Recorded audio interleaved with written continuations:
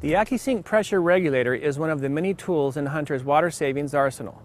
It is designed to regulate the pressure at the head of an entire zone right at the valve. Regulating pressure saves water and extends the life of the irrigation system. Water savings is achieved by operating each zone at the optimum pressure for that equipment and application type to avoid misting and runoff. AccuSync ensures that every zone and every system operates at its peak for maximum water savings and longevity. AccuSync can be used on all Hunter brand valves, plastic or brass, and works with a DC latching solenoid. This is how pop-up spray heads look without pressure regulation. The idea is to concentrate the water on the area being irrigated.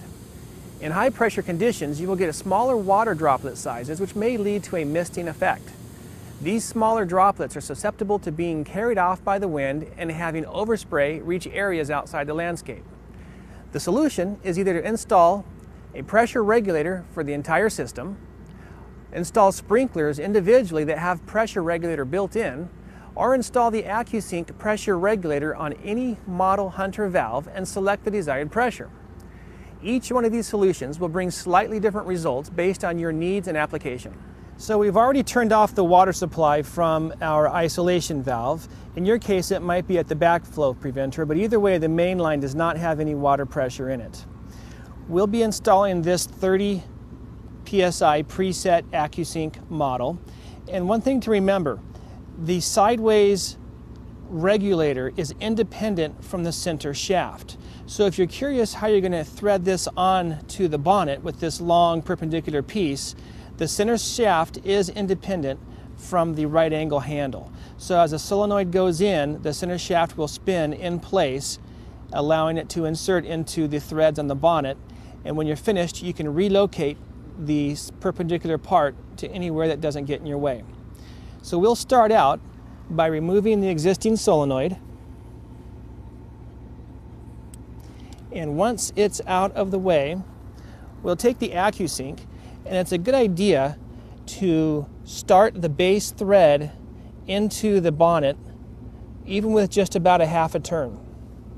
Once you've got that portion started, you can use the solenoid to tighten down on the center shaft and insert that shaft into the bonnet. So I'll start out here with the solenoid.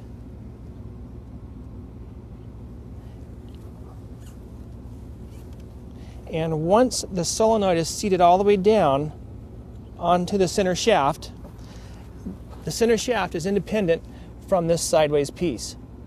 So you can relocate this wherever you need to, but by pre-installing it, it always ends up right here and tucked away. The incoming pressure needs to be at least 15 psi greater than what the desired outgoing pressure is. So with 30 psi here, I have to have at least 45 coming in for it to do any regulation. Now let's take a look at our sprays before and after the AccuSync is installed.